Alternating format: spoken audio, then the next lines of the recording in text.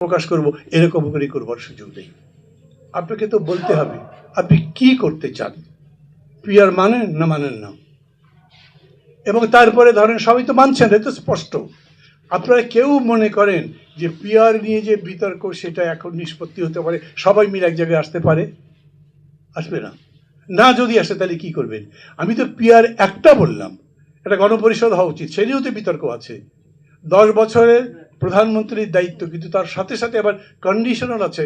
যে সমস্ত সাংবিধানিক পদ আছে, যেই সমস্ত গুরুত্বপূর্ণ পদ আছে, সেই জায়গার অ্যাপয়েন্টমেন্ট কে দেবেন? ওনারা বলছেন এক্সিকিউটিভ, মানে প্রধানমন্ত্রী। আমরা বলছি না, এক্সিকিউটিভটা এটা দেবে একটা মানে পরিষদের তৈরি করে, একটা কাউন্সিল তৈরি করে তার মধ্যে দেওয়া। এগুলোর তো নিষ্পত্তি হয়নি। কীরকম করে নিষ্পত্তি হবে সেটা বলেন।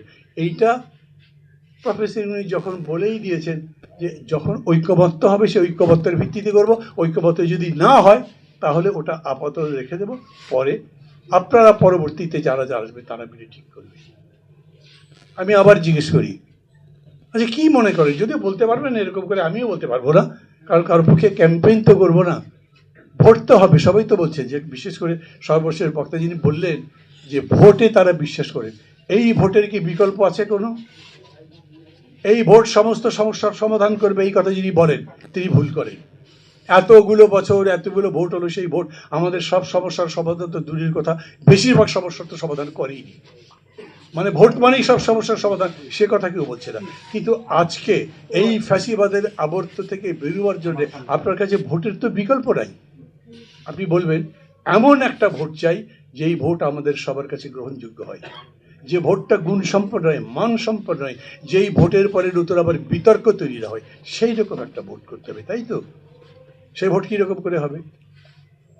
সেই ভোট হবার জন্য আমরা যারা যারা মনে করছি যে এই সংবিধানের মধ্যে সেই পরিবর্তন আনলেই কেবল সেরকম হবে, কিন্তু বাস্তব কি দেখছেন? লাশ তুলে পুড়ে ফেলা হচ্ছে।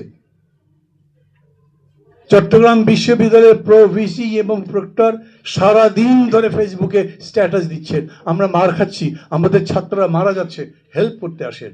কোনো পুলিশও যায়নি। যেদিন ভোট হবে সেই দিন যার যেখানে শক্তি আছে, তার যদি মনে হলো যে আমি জিততে পারবো না, উনি গিয়ে ব্যালট বাক্সগুলো নিয়ে বাড়িতে চলে গেলেন। পুলিশ কি বাধা দেবে নাকি শেষ পর্যন্ত? এই প্রশ্নগুলো না সমাধান করে সংস্কার বলেন, অন্য যে কথা বলছেন, একটা কথার মধ্যে দিয়ে হবে না। যদি মনে করেন ভোট হওয়া দরকার, আমি আবার বলি, সেই ভোট 13 প্রকারের ভোট বুঝি না। এই যে জুলাই সনদ, এখানে এত কিছু লেখা হয়েছে, জুলাই সনদের গ্যারান্টি কি আছে বলেন? পাকিস্তান আমলে যে ভোট হয়েছিল সেই ভোটেও এই প্রশ্ন উঠতে পারত, কিন্তু এলএফও প্রেসিডেন্ট মানে তখনকার সরকার ঘোষণা করেছিল সেই লিগ্যাল ফ্রেমওয়ার্কের আন্ডারে ভোট হয়েছিল। কোনো লিখিত বিষয় ছিল না, কোনো রকম সই ছিল না, কেউ বলে নাই, অঙ্গীকার করে নাই যে জেতার পরে এটা করবো। তা যদি হয় তাহলে আবার দেশ স্বাধীন হয়ে যায় নাকি? তা যদি হয় তাহলে এত বড় গণহত্যা হয় নাকি? এখনও সেই একই প্রশ্ন আসছে। আমি অ্যাগ্রি করেছি আপনার সঙ্গে, চালিয়ে যান, সামনের দিকে যান, কিন্তু এই 12টা পয়েন্টে আমার নোট অফ ডিসেন্ট আছে। নোট অফ ডিসেন্ট মানে কি? আমি এর পরে যখন সংসদ আসবে, সংসদ বসবে, তখন এই ব্যাপারে আপনারা যে বলবেন তার সঙ্গে একমত হব, এমন কিন্তু কোনো কথা নেই।